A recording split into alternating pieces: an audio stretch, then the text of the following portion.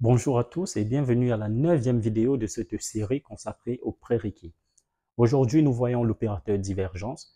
Cette vidéo fait suite à celle consacrée à l'opérateur gradient.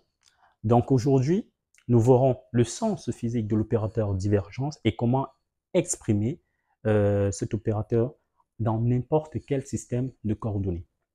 Devant vous, vous avez trois lois qui utilisent l'opérateur divergence. La première loi, c'est la loi de Maxwell-Gauss qu'on retrouve en électromagnétisme, qui nous dit simplement que la divergence du champ électrique est égale à ρ sur epsilon 0. Là, on voit bien divergence qui s'applique à un champ vectoriel qu'est le champ électrique. Divergence de B. La deuxième loi, c'est la loi de Maxwell-Flux, qui dit simplement que divergence de B égale à 0. On voit bien notre opérateur divergence toujours appliqué à un champ vectoriel, le champ magnétique. Ici, nous avons l'équation locale de la conservation de la masse qui nous dit simplement que la dérivée de ρ par rapport au temps plus la divergence de ρv égale 0. Nous avons notre opérateur divergence qui est toujours appliqué à un champ vectoriel. Alors, ce qu'on peut déjà remarquer à travers ceci, c'est que la divergence d'un champ vectoriel nous donne un champ scalaire. Ça veut dire que la divergence s'applique déjà à un champ vectoriel et se rabat à un champ scalaire. Bon, en ordre beaucoup plus élevé, on va juste dire que ça réduit l'ordre tenseur. Donc, je quitte d'un vecteur un scalaire. Maintenant, mathématiquement, avec la notion de flux, qu'on aura à voir bien sûr après, on va définir de façon générale ce qu'est la divergence d'un champ vectoriel A de M. La divergence d'un champ vectoriel A de M n'est rien d'autre que la limite lorsque dV tend vers 0 du taux de flux à travers le volume infinitésimal reposant autour du point M, c'est-à-dire dφ de M sur dV. Ceci n'est rien d'autre que le flux élémentaire. Bon, on verra cette notion après avec le théorème de Greenos-Rogatsky, mais tout ce qu'on peut retenir ici, comprendre également, c'est que le dφ, alors au premier ordre en dV, bien sûr, on aura simplement le dφ de M qui sera égal à la divergence de A de M d taux dV. Donc ça, c'est au premier ordre. Donc, lorsqu'on saura, on peut démontrer les expressions de la divergence d'un champ en n'importe quel système de coordonnées en partant de ceci, une fois qu'on connaît la notion de flux. Mais ça, on le verra dans une autre vidéo. Ici, je vais vous donner une approche généralisée de l'opérateur divergence pour que ce soit vraiment très très simple pour vous. Voyons déjà le sens physique de la divergence. On a vu qu'il s'appliquait à des champs vectoriels. Des champs vectoriels, à peu près, prenons un champ quelconque, un champ de vitesse.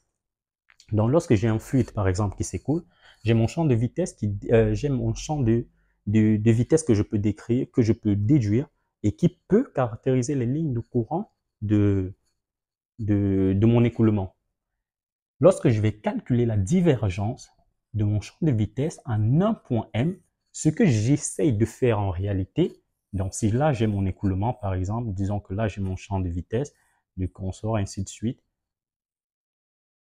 Là j'ai une cartographie de vitesse quelconque de mon écoulement.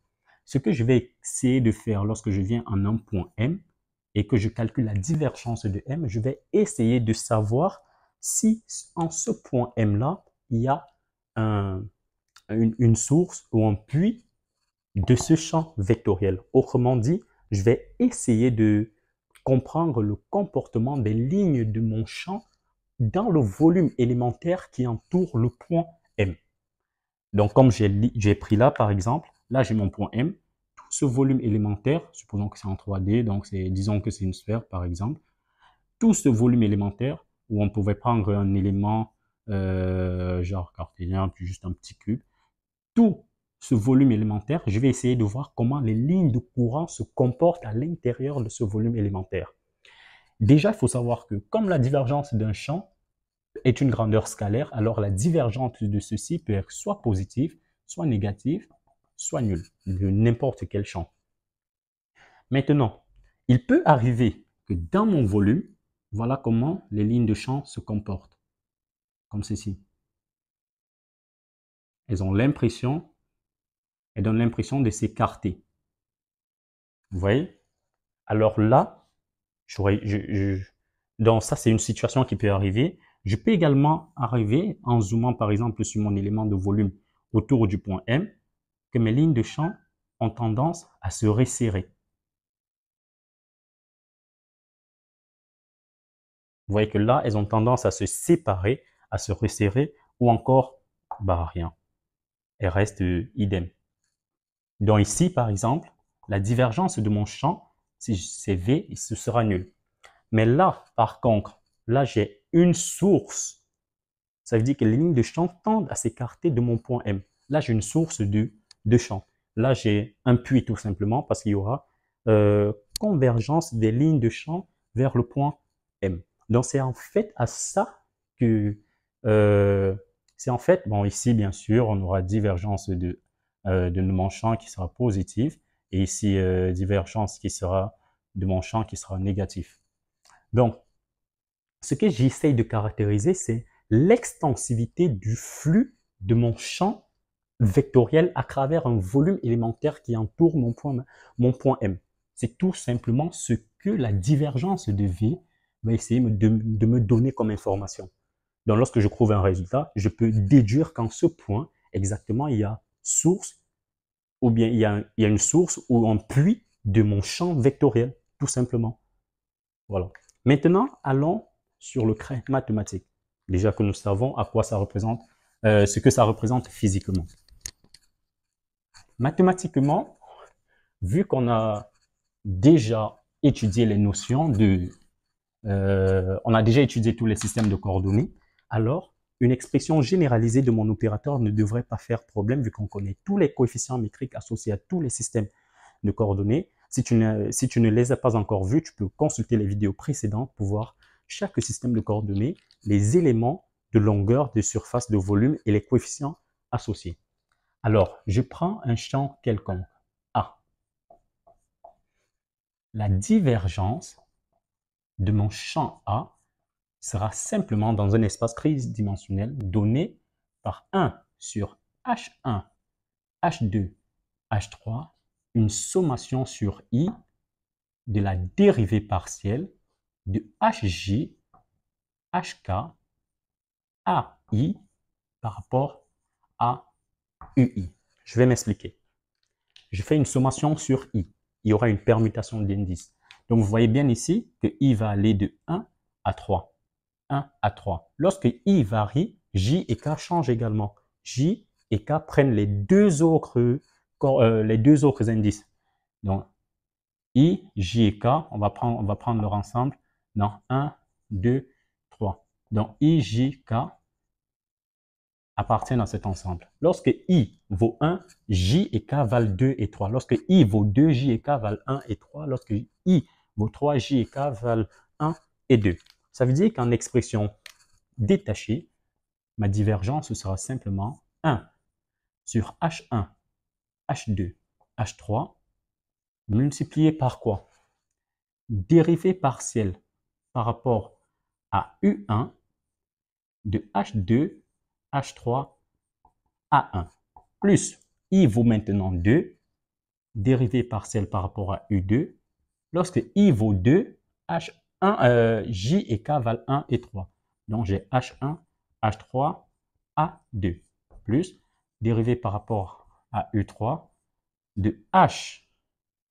Lorsque I vaut 3, j'ai H1, H2, A3. Donc c'est ceci l'expression générale de la divergence d'un champ vectoriel quelconque A. Maintenant, recouvrons les expressions dans n'importe quel système de coordonnées. Alors, qu'est-ce qu'on aura? Coordonnées cartésiennes. On connaît que H1, H2, H3 valent tous 1. Ça veut dire que l'expression, elle sera simple. J'aurai divergence de A. Donc, en coordonnées cartésiennes, mon A est de coordonnées AX, A pour coordonnées AX, AY et AZ. Divergence de A sera simplement, tout ça c'est 1, 1, 1. Ça veut dire que j'aurai dérivé par rapport à U1 qui est X, de qui AX. Donc j'aurai dérivé de AX par rapport à X, plus la dérivée partielle de AY, qui est A2 par rapport à Y, plus la dérivée partielle de AZ par rapport à Z. Allons maintenant en coordonnées cylindriques. Ici, mon champ A aura pour composante AR, Aθ, AZ. La divergence de A sera tout simplement quoi? Les coefficients métriques associés à chaque coordonnée, j'ai 1, R et 1. Ça veut dire que ça, c'est R, ça, c'est 1, ça, c'est 1. Donc, j'aurai 1 sur R déjà, que je vais multiplier par quoi? Par rapport à U1. U1, c'est R. Ça veut dire que j'ai la dérivée par rapport à R. H2, qui est R, H3. Hein, ça veut dire que j'ai R à R. Plus, je passe là. U2, c'est θ. Ça veut dire que j'ai la dérivée par rapport à θ de quoi? H1, c'est 1. H3, c'est 1. Et A2, c'est Aθ. Donc, je peux dire Aθ tout simplement. Plus, dérivée par rapport à U3. U3, c'est qui? C'est Z. Dérivée par rapport à Z. De H1, H2, A3, c'est-à-dire H1, 1, H2, R et A3, AZ. Donc, j'ai R, A, Z. Et je peux simplifier ceci. J'aurai simplement, bon là, je ne peux pas faire sortir le R parce que je vais dériver par rapport à R. Ça veut dire que j'ai 1 sur R dérivé par rapport à R. Bon, c'est le même R, donc de R à R. Plus 1 sur R dérivé de Aθ par rapport à θ, plus 1 sur R va multiplier ceci. Or, dérivé par rapport à Z de R à Z. R à Z. Lorsque je vais dériver par rapport à Z, R ne dépend pas de Z parce que R, c'est une coordonnée. Donc, R pourra sortir, se mettre là, et il va se simplifier avec ce 1 sur R. Du coup, je vais rester avec dérivée de AZ par rapport à Z. Donc là, j'ai l'expression de ma divergence en coordonnées cylindriques. En coordonnées sphériques, ce sera similaire. Qu'est-ce que j'aurai? En coordonnées sphériques, bon, on va effacer ça. En coordonnées sphériques, qu'est-ce que j'ai? Mon champ A pour composante AR, Aθ, Aφ. H1, c'est 1, H2, R, H3, R sin θ. Il faut être très attentif. Alors, la divergence de A sera quoi? Ce sera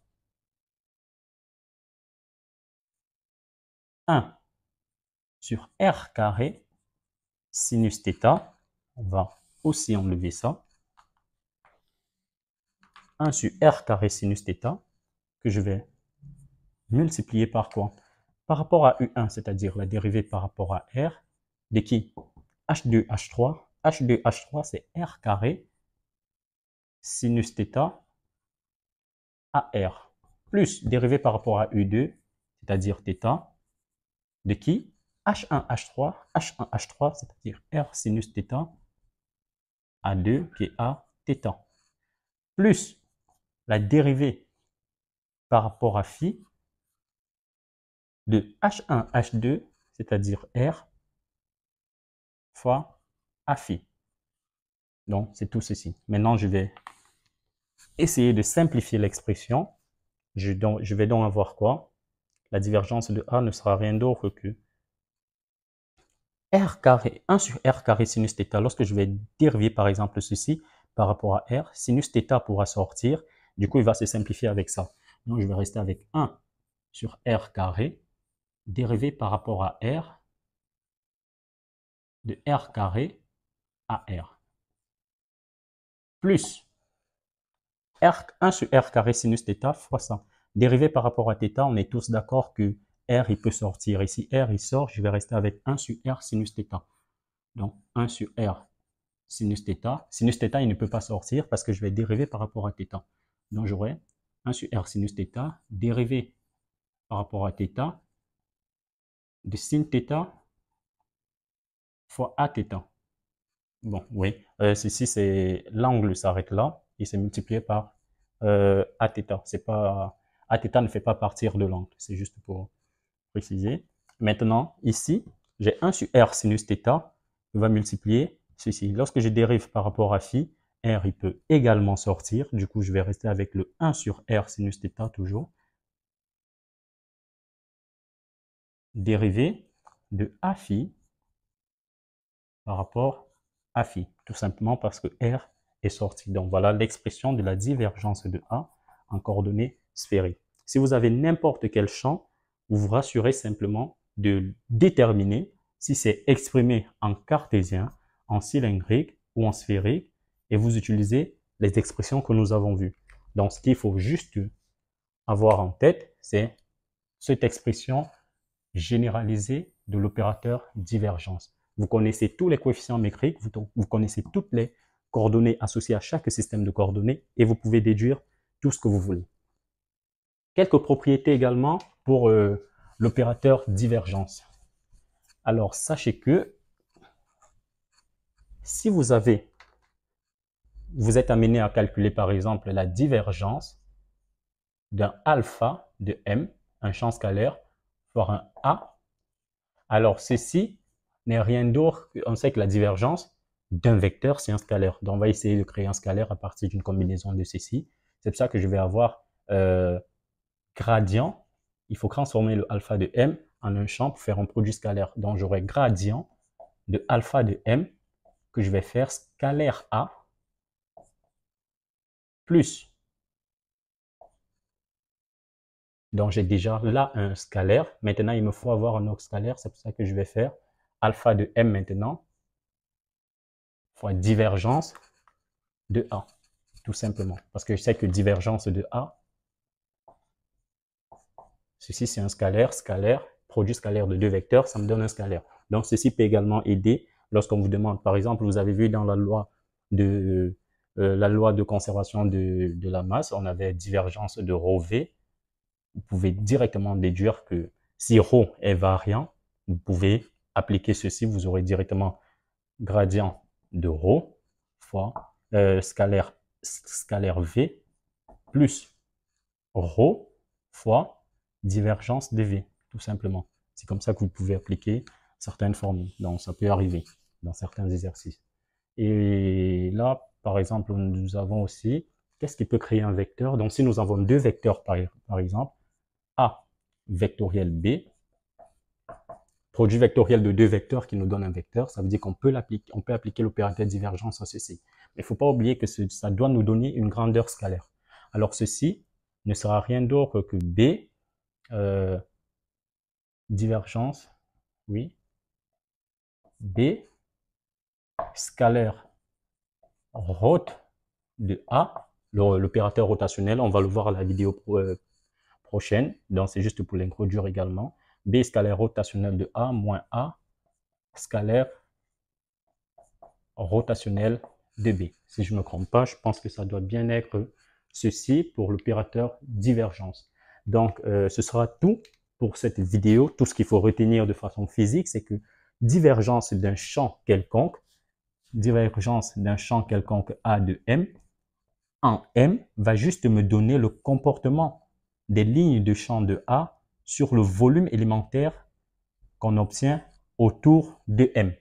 Juste ça, ça nous permet de caractériser l'extensivité du flux de notre champ sur lequel on applique la divergence sur le volume élémentaire entourant notre point M, notre point par rapport auquel on calcule la divergence, et déduire le comportement de ces lignes de champ à travers ce volume élémentaire. On pourra savoir ainsi si notre champ en ce point est un puits, une source, ou si les lignes de champ ne sont pas affectées par une quelconque désorientation. Donc, ce sera tout pour cette vidéo et on se voit à la prochaine vidéo qui va parler de l'opérateur rotationnel. Bye bye.